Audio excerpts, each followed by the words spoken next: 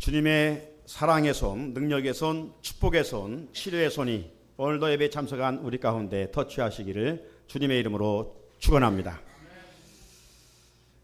우리 민족은 근대 역사 가운데 두 번 불행한 역사를 경험했습니다. 한 번은 일제 36년의 치욕의 역사이지요. 요즘 극장가에 군함도라고 하는 영화가 상영 중에 있습니다. 2주 전 월요일 날 제가 그 영화를 봤는데 마음으로 울면서 마침내 눈에 눈물을 흘리면서 보았습니다. 나라를 잃고 주권을 또 빼앗긴 채 강제로 끌려가서 그 수천 메타 되는 그 탄광 속에서 일하는 그 모습, 참 비참한 모습을 영화를 통해서 볼 수가 있었습니다. 하지만 그때 당시는 더 리얼했겠지요. 불행한 역사였습니다. 또 하나는 우리가 잘 아는 것처럼 1950년 6.25의 전쟁이죠. 다른 민족과도 아닌 동족 간의 전쟁, 고난의 역사였습니다. 내일 모레면 이제 광복 72주년이 되는 광복절입니다. 오늘 이 주일 예배를 통해서 하나님께서 우리에게 주신 자유를 어떻게 사용해야 될 것인가, 어떻게 선용하는 것이 그리스도인으로서의 마땅한 이치인지 오늘 본문 말씀을 중심으로 같이 생각해 보려고 합니다. 우리 그리스도인들은 일제 36년 이 일제 지배를 통해서 두 가지를 배우게 됩니다. 하나는 하나님의 은혜입니다. 따라서 볼까요? 하나님의 은혜. 우리는 모든 것이 다 하나님의 은혜죠. 하나님의 은혜입니다. 36년간 지배를 받다가 하루아침에 해방된 것은 우리가 힘을 키웠기 때문이 아닙니다. 우리가 어떤 해방을 하려고 하는 운동을 몸부림쳤기 때문도 아닙니다. 전적인 하나님의 은혜였습니다. 우리는 해방할 수 있는 힘이 전혀 뒷받침되지를 못했습니다. 하나님께서 강권적으로 역사하시사 이 땅에 해방을 위하여 눈물로 기도하던 성도들의 그 기도를 들으시고 해방을 선물로 허락해 주셨습니다. 그러므로 우리는 하나님의 은혜를 배우게 되는 것이죠. 또 하나는 자유의 소중함입니다. 자유의 소중함. 요즘 여러분은 우리가 누리고 있는 이 자유에 대한 소중함을 마음껏 경험하며 살고 있는지요? 아마 나는 정말 자유하기 때문에 행복하다, 이렇게 고백하며 사는 이 그리 많지 않을 것 같아요. 흔하면 그 소중성을 모르듯이 말입니다. 우리나라는 물이 참 흔해요. 물론 이제 물 부족 국가로 되었습니다마는 그래도 지금은 그냥 흔한 게 물이다 이렇게 표현할 정도로 물이 있습니다. 그렇기 때문에 우리가 물을 마시면서도 이 물의 소중함을 잘 인식하지를 못해요. 우리가 건강이 얼마나 큰 자산인가 우리 다 알고 있어요. 그러나 건강했을 때는 이 건강의 소중성을 잘 몰라요. 아파서 병원에 가보면 건강이 정말로 얼마나 중요한 것인가, 건강을 잃으면 모든 것을 잃는다는 말을 병상에 누워서야 실감을 하게 되지요. 자유, 정말로 소중한 것이지요. 자유가 얼마나 소중한 것인가를 무엇을 통해서 좀 깨달을까 말씀을 준비하면서 생각해 보니까 탈북자들이에요. 지금 남한 땅에는 탈북자들이 약 3만 명이 살아갑니다. 3만 명. 지난주에도 한 명이 탈북해 왔지요. 왜 저들이 사랑하는 가족을 고향 산천을 등지고 탈북하는 것입니까? 배고픈 문제입니까? 단지 굶주리기 때문에 사랑하는 혈육을 놔두고 월북하는 것입니까? 그렇지는 않지요. 월남하는 것입니까? 그런 건 아니잖아요. 저들이 배고픔의 문제가 아니라 정말 인간답게 인간답게 한마디로 말하면 자유를 누리고 싶은 그러한 욕망 때문에 사선을 넘어오는 것입니다. 목숨 걸고 넘어오는 것입니다. 이런 맥락에서 오늘 이 한반도라고 하는 이 땅이지만 그 가운데서도 우리가 이 자유가 있는 대한민국에 살고 있다는 것, 이거 정말 날마다 감사해야 할 감사의 조건이 할 수가 없습니다. 우리는 자유하면 떠오르는 하나의 표를 생각합니다. 자유가 아니면 죽음을 달라. 1775년 버지니아의 초대 주지사였던 헨리가 있었던 이 남북전쟁 시대에 자유가 아니면 죽음을 달라. 이 한마디의 자유의 소중성을 우리는 인정하지 아니할 수가 없는 것입니다. 지난날 약소 민족이었던 우리 민족은 일제 36년 동안 나라를 빼앗기고 주권을 잃고 살아야만 했습니다. 하지만 앞에서 언급한 것처럼 하나님의 은혜로 우리 민족은 해방을 받게 되었고 지금처럼 우리는 마음껏 자유를 누리며 살아가고 있습니다. 우리 민족은 72년 전 정치적인 자유를, 정치적인 해방을 경험하게 된 것이죠. 하지만 자유라고 하는 것은 정치적인 자유만 있는 것이 아니라 믿음 안에서 얻어지는 또 하나의 자유가 있습니다. 그것은 예수 그리스도 안에서 얻어지는 영적인 자유이지요. 오늘 본문 먼저 읽었던 갈라디아 5장 1절 말씀 다시 한번 주목해 보십시오. 그리스도께서 우리를 자유롭게 하려고 자유를 주셨으니 그러므로 굳건하게 서서 다시는 종의 멍에를 매지 말라. 주님이 우리에게 주신 거에 뭐예요? 자유를 주셨다는 거예요. 자유롭게 하기 위해서 자유를 주셨다는 것입니다. 따라서 진정한 자유는 정치적인 자유가 아닙니다. 왜 그렇습니까? 지금 이 땅에는 정치적인 자유를 가지고 살아가는 이들이 많이 있지요. 하지만 그 자유를 가지고 공동체의 질서를 깨트리는 이들이 얼마나 많은지 모릅니다. 주어진 자유라고 해서 내 맘대로 이런 그릇된 생각과 행동이 오늘 공동체를 무너뜨리고 있습니다. 주어진 자유를 가지고 선한 일에 도모하지 못하고 악한 일에 도모하는 이들이 얼마나 많은지 모릅니다. 이 자유를 가지고 다른 사람을 해치고 죽이는데 사용하고 있습니다. 그러므로 진정한 자유는 정치적인 자유가 아니라는 것이죠. 예수 그리스도 안에서 얻어진 이 양심의 자유, 영적인 자유, 죄로부터의 해방된 자유, 주님이 주신 자유가 진정한 자유입니다. 우리가 죄로부터의 자유를 누리지 못하면 주어진 자유를 가지고 죄의 도구로, 방종의 도구로 사용하고 말게 됩니다. 주님이 가르쳐 주신 대로 자유로 서로 사랑의 종노릇 하기 위해서는 정치적인 자유로 되는 것이 아니라 죄로부터의 자유, 이 영적인 자유함을 경험할 수 있어야 되는 것이죠. 그래서 유명한 신학자 몰트만은 신앙은 속박이 아닌 해방으로부터 시작된다. 신앙은 우리를 얽매이는 것이 아니에요. 여러분, 우리가 지금 예수를 믿는데 뭔가 무겁다라고 느낀다면 우리 신앙은 지금 잘못된 거예요.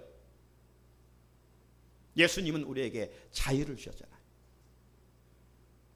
자유로우신 그분은 우리에게 주신 선물 중에 으뜸 중에 하나가 뭐냐? 자유함이에요. 예수 믿으면 자유함이 있어요. 예수 믿지 않으면 무언가에 얽매여 살아갑니다. 이사를 하려고 해도 마음대로 이사하지 못해요. 응? 해코지를 당할까 봐. 그래서 뭐 날짜를 받고 뭘 받고. 여러분, 시간 있으면 이사하는 거요.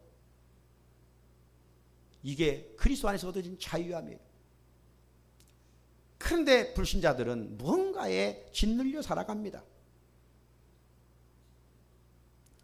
그래서 요한복음 8장 32절에 길이요 진리요 생명이신 예수님이 뭐라고 말씀합니까?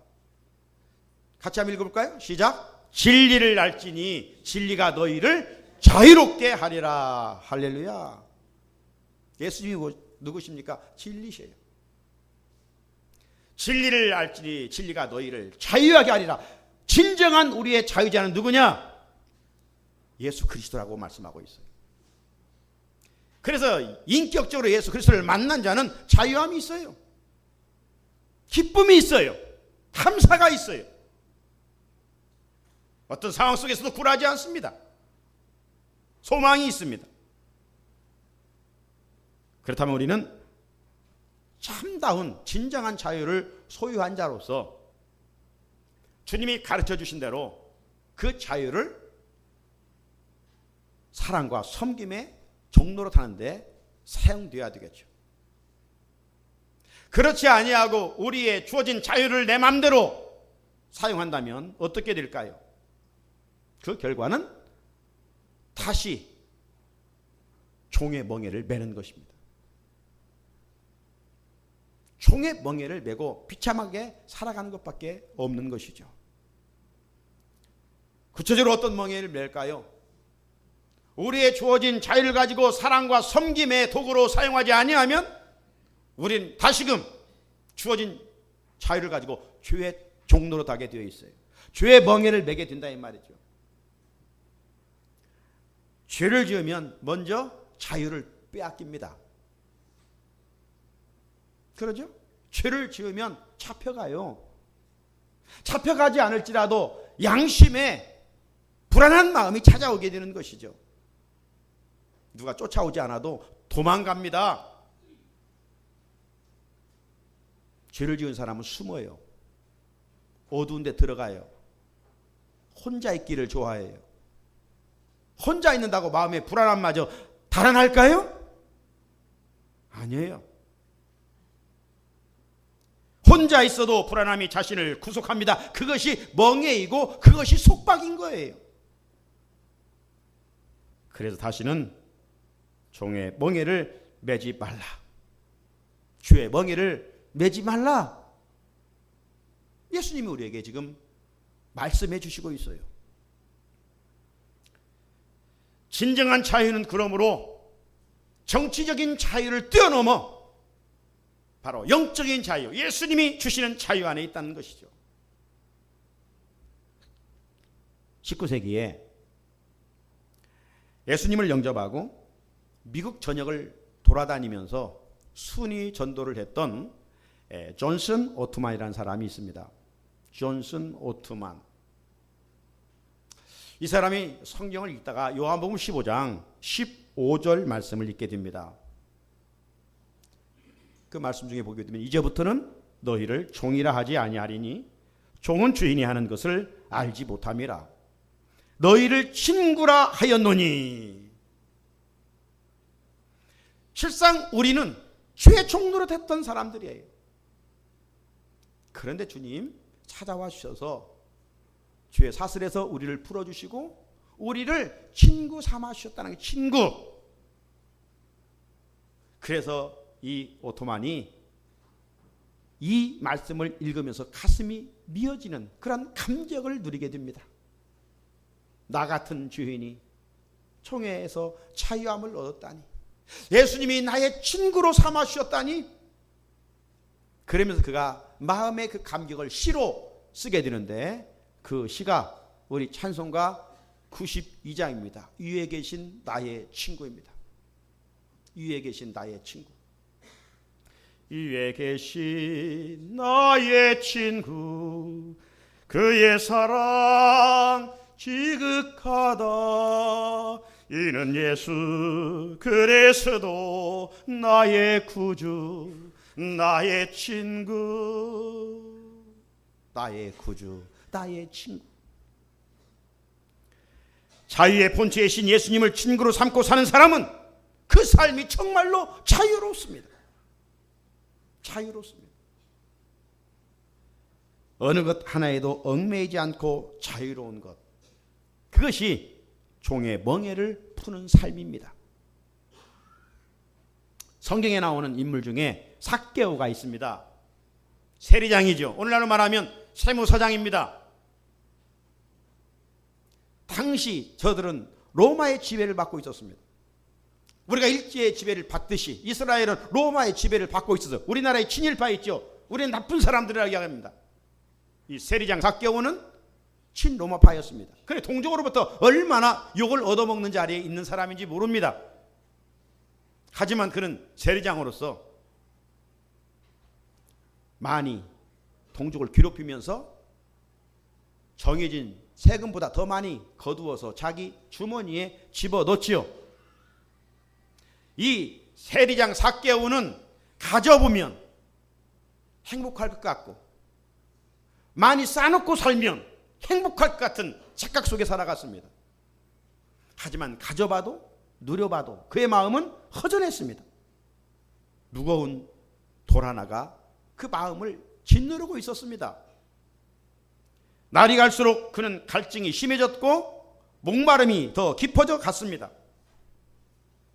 자기가 생각했던 것처럼 물질로 만족을 누리기는커녕 자신을 옥죄이는 속박의 멍에가 되어갔던 것이죠. 그러던 어느 날 그 삭개오가 예수님을 만나게 되고 예수님을 만나 그 무겁게 자기를 짓누르고 있는 것들로부터 자유함을 누리게 됩니다. 농부가 이 무더운 날 등에 큰 짐을 지고 가다가 그 짐을 내려놓았을 때의 그 기분, 얼마나 시원하고 얼마나 가벼웠겠습니까? 삭개오가 그랬어요. 가져보고 가져봐도 탐이 없는 재물, 마음의 평안을 누릴 수 없었던 그 재물. 그런데 그가 주님을 만나고 나니 그 무거운 것들이 다 어디론가 사라지고 진정한 마음의 자유함이 찾아오게 되었어요. 자유함이 찾아오니까 그가 예수님 앞에 뭐라고 고백합니까? 누가복음 19장 8절이죠. 내 소유의 절반을 가난한 자들에게 주겠사오며 만일 누구의 것을 속여 빼앗은 일이 있으면 내 갑절이나 갚겠나이다. 당시 누구의 것을 빼앗으면 5분의 1만 더하면 되는 거예요. 그런데 이제 물질의 종로로 타지 않겠다는 것이죠. 물질을 아름답게 선용하겠다는 것이죠. 다른 사람의 유익을 위해서 사용하겠다는 것이죠. 이게 예수님을 만난 변화의 사람들의 아름다운 모습입니다. 그래서 오늘 본문 갈라디아 5장 1절에서 우리로 하여금 옛 구습인 다시는 종의 멍에를 매지 말라, 죄의 멍에를 매지 말라. 오늘날 이 시대에 얼마나 많은 사람들이 정치적인 자유를 가지고 죄의 멍에를 다시 메고 살아가는지 알 수가 없습니다. 그것은 행복을 빼앗기는 일입니다. 스스로 자신을 구속하는 일이에요. 또 하나 우리가 하나님 주신 자유로 사랑과 섬김으로 아름답게 흘러보내지 아니하면 역시 정치적인 멍에를 맬 수밖에 없어요. 우리 국민은 누구를 잘 만나야 됩니까? 지도자들을 잘 만나야 돼요. 국가 지도자를 잘못 만나면 백성은 고난을 당하게 되어 있습니다. 우리 남한 땅도 참 문제 많지만 저 북한을 보십시오. 지금 3대 세습 독재자들을 만나 저들은 비참한 가운데 살아가고 있습니다. 반세기 넘게 자유를 빼앗기고 살아가고 있습니다. 얼마나 불쌍한 모습입니까? 여러분, 부모 잘 만나는 거 큰 축복이죠. 참 요즘 부모 잘못 만나면 불행한 애들이 얼마나 많은지 모릅니다. 어제 신문도 보니까 참 기가 막히더라고요. 네? 자기 낳은 갓난 아이를 택배로 어디로 보냈어요. 열어보니까 거기에 아기가 있는 거예요. 난 마음 아픈 일이죠. 여러분, 부모를 잘못 만나는 것도 불행하지만 국민으로서 국가 지도자를 잘못 만나는 것은 더 불행한 일입니다. 일제 36년 치욕의 역사는 우리 국민들이 어찌 보면 나라의 지도자를 잘못 만났기 때문이에요. 지도자들이 어떻게 나라를 경영했기 때문에 빼앗겼던가. 나라 지도자들이 잘했어야 하는데 우리 그때 당시로 돌아가 보면 매일매일 서로 분당 정치에 싸우는 일에 열심을 냈습니다. 그냥 상소나 서로 올리고 원수 갚는 일에 열심을 품었어요. 이런 나라가 온전하게 되겠습니까? 정신을 잃어버린 것이죠. 그래 당연히 나라를 빼앗겨 지배당하고 고난을 당할 수밖에 없는 것입니다. 자, 지금 우리나라는 어떻습니까? 새 정부가 들어서 100일이 되어가고 있다고 하죠. 정치권은 어떻습니까? 불안합니다. 지난 정권을 반면교사로 삼고 정신을 차려 정말 초심 잃지 않고 나라와 민족을 위하여 백성을 위하여 선한 정치를 해야 하는데 그렇지 못하는 것 같아요. 국회의원들이나 지방의회 의원들은 섬긴다고는 하지만 자기 밥그릇 챙기는 일에 열심입니다. 수해로 지역 주민들이 어려움을 당하는데 명목이야 그럴싸하죠.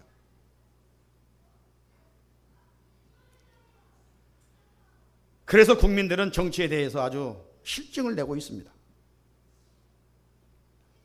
백성들은 어떻습니까?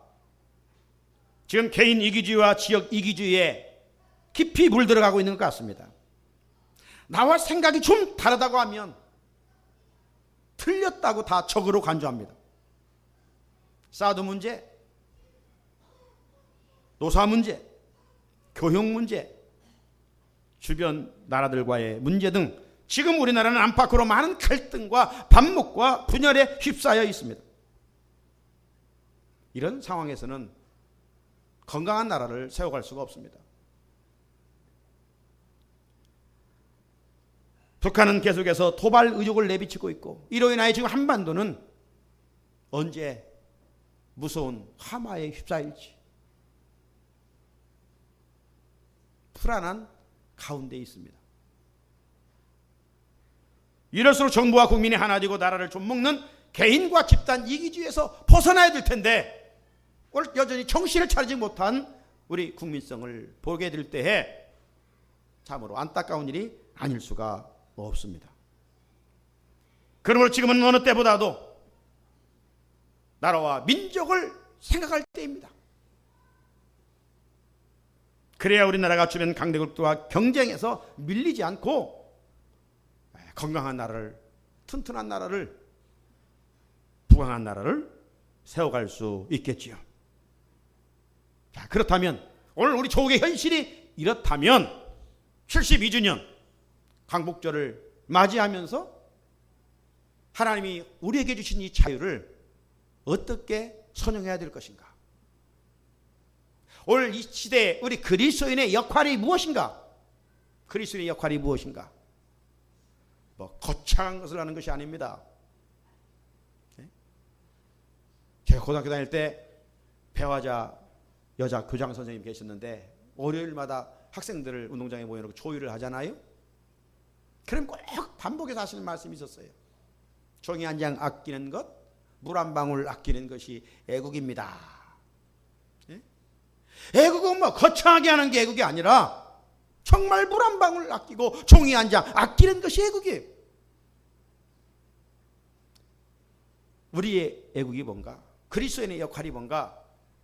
그건 다른 게 아닙니다. 나 자신의 그 이기적인 이 소중함도 물론 알지만 여기서 멈추는 것이 아니라 내가 소중한 것만큼 너도 소중함을 알아야 됩니다. 한마디로 말하면 그리스도의 역할은 우리라고 하는 공동체 의식을 가지고 살아가는 것입니다. 다른 사람이 아프면 내가 아픈다고 하는 것. 이 우리라고 하는 공동체 의식, 이것이 진정 이 시대 그리스도인의 역할입니다. 우리라는 공동체의 이 멋진 의식을 가지고 살려고 하면 우리의 생각과 우리 마음이 넓어져야 돼요. 좁아져서는 안 됩니다. 넓어져야 돼요. 지난날 우리 믿음의 선배들은 생각과 마음이 넓어지고 깊었습니다. 그래서 사회적인 책임도 잘 감당했습니다. 그렇게 사회에 선한 영향력을 끼칠 수 있던 것이죠. 지금은 지난번 통계로 보면 이 땅의 그리스도인들이 20% 이상이 되고 있습니다.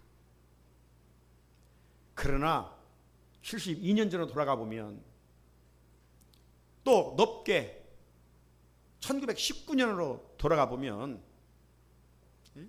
이 3.1운동, 이때 우리나라의 기독교인은 2%. 그럼에도 불구하고 선한 영향력을 끼쳤어요.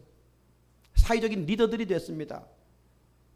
우리나라는 그동안 유교가 오랫동안 지배하고 불교가 오랫동안 지배했지 않습니까?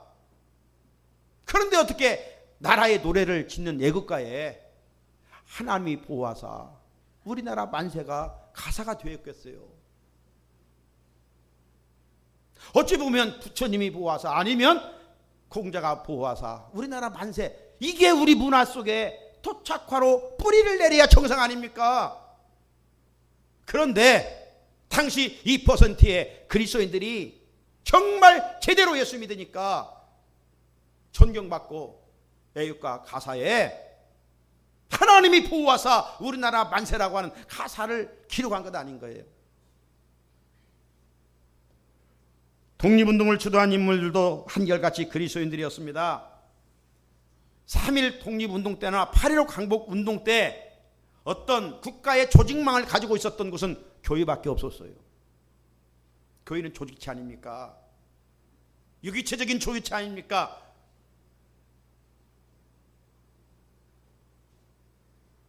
독립운동이 전국으로 확산되게 한 조직망도 교회를 통해서 다 만들어졌습니다. 이만큼 초기 한국교회는 민족을 주도적으로 이끄는 리더들이었습니다. 미국의 교육자 버틀러는 세 종류의 인간이 있다고 이야기를 했습니다. 첫 번째는 이 세상에서 어떤 일이 일어나도 전혀 생각하지 않는 사람들, 즉 생각 없이 그냥 따라다니는 사람이 있다는 거예요.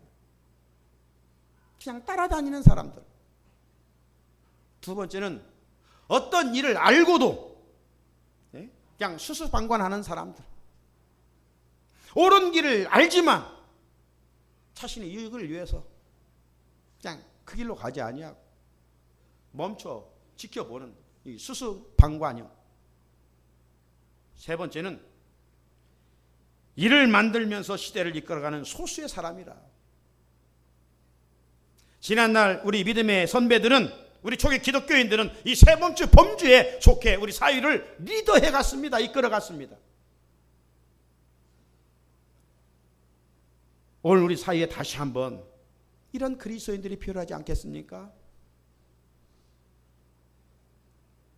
요즘 갑질 문화에 참 마음 아픈 사건들이 일어나고 있는데 그 주범이 누굽니까?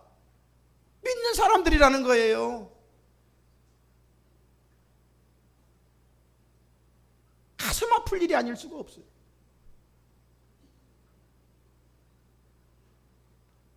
어느 회사의 제약 회사죠. 종근당. 그 회장이 자기 기사를 갑질했다잖아요. 누구요? 장로요.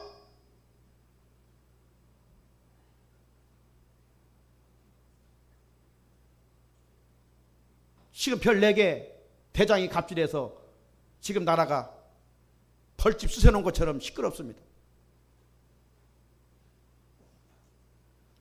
언론에 나오는 것이 다는 아니겠지요. 하지만 그가 누구요? 장로요, 권사요.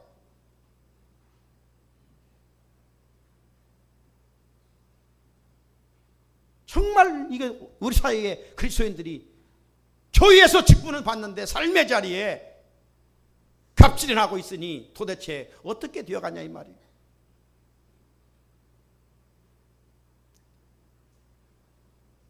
사랑하는 성도 여러분, 72년 광복절 맞으면서 정치적인 자유를 넘어 주님 안에서 얻어진 영적 자유의 의미가 무엇인지를 우리가 다시 한번 깊이 생각해 봐야 돼요. 진정한 광복은 정치적인 해방이 아닌 영적 해방이에요. 죄로부터 해방이에요. 멍해로부터의 해방입니다. 누가 이 시대 진정 영적 해방을 누리고 사는 사람입니까? 얻어진 자유를 가지고 지 마음대로 사는 게 자유가 아니죠. 자유로 개인과 집단의 이기주의에 물들어 사는 사람도 더더욱 아닙니다. 진정한 의미에서의 참 자유인은 자유로 이웃을 섬기며 사랑하는 사람입니다. 사랑하며 섬기는 것, 이것이 주께서 우리에게 주신 자유의 소중성을 깨달은 사람이에요. 그리고 필요한 곳에서 자기 역할을 기쁨으로 감사함으로 감당하는 사람들입니다. 우리 믿음의 선배들이 이렇게 살았어요. 이 땅의 소수의 그리스도인들이지만 그렇게 살았어요. 그래서 한국교회가 이렇게 부흥했는데 지금은 그렇지 않다는 것이 가슴 아픈 일이에요. 저들은 그렇게 살았기 때문에 불신자들로부터 존경과 사랑을 받았어요. 그런데 아쉽게도 오늘날 편지를 띄웠습니다.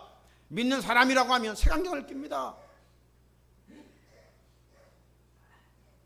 입만 살았지 행동이 없다고 비난합니다. 교회를 향해서 돌멩이를 던지고 야유합니다. 누구의 책임입니까? 우리 모두의 책임, 이 땅의 그리스도인들의 책임입니다.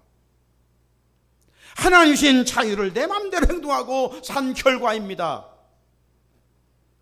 오늘 말씀을 들으면서 그렇다 인정된다면 우리는 가슴을 치며 마음을 찢으며 하나님 앞에서 진실로 회개해야 됩니다. 성도답게 가정과 교회에서부터 자유로 서로 사랑으로 총노릇하고 서로 사랑으로 섬겨야 합니다. 서로 허물을 덮어주고 서로 용서해야 됩니다. 잘한 것은 서로 격려하고 칭찬해야 됩니다. 교회 밖에서는 책임지는 그리스도인으로 살아야 합니다. 선한 양심을 입어가여 사명자로 살아야 됩니다. 그래서 불신자들에게 도전을 주고 불신자들에게 찔림을 줘야 됩니다. 우리가 이렇게 살아서는 안 되겠구나. 그리스도인들처럼 살아야 되지. 예수님은 당신의 십자가 보혈로 죄의 종로라며 살던 우리를 구원하여 자유케 하셨습니다. 진정한 자유를 가진 우리들이 이제 삶의 자리에서 어떻게 살아가야 될까요?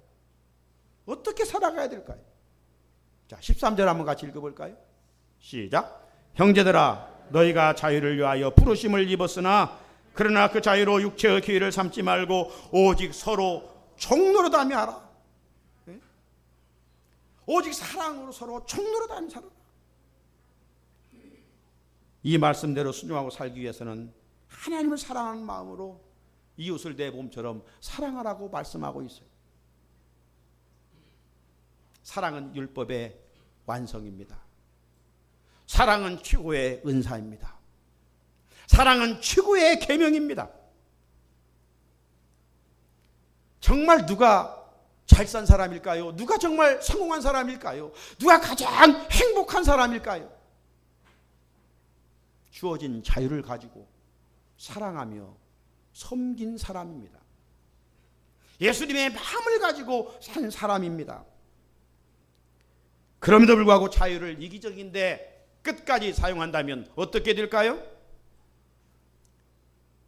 15절. 만일 서로 물고 먹으면 피차 멸망할까 조심하라. 자유를 악용한다면, 자유를 남용한다면 주어진 자유로 사랑하지 아니하고 섬기지 아니한다면 그 결과는 멸망, 하나님의 심판, 불행만 찾아온다는 것입니다. 오늘 72주년 강복절을 맞아 다시 한번 우리의 자유의 소중성과 하나님의 은혜를 마음에 새기면서 주어진 자유를 남용하지 말고 좀 더 사랑하며 섬기는 일에 귀하게 사용하여 여러분이 간 곳에 정말 보이지 않는 하나님을 보여드리고 여러분이 가는 곳에 어둠의 진이 물러가고 하나님의 나라가 세워지는 귀한 은혜가 있으시기를 주님의 이름으로 축복합니다. 같이 주신 말씀 붙들고 주님, 우리의 주신 자유를 주님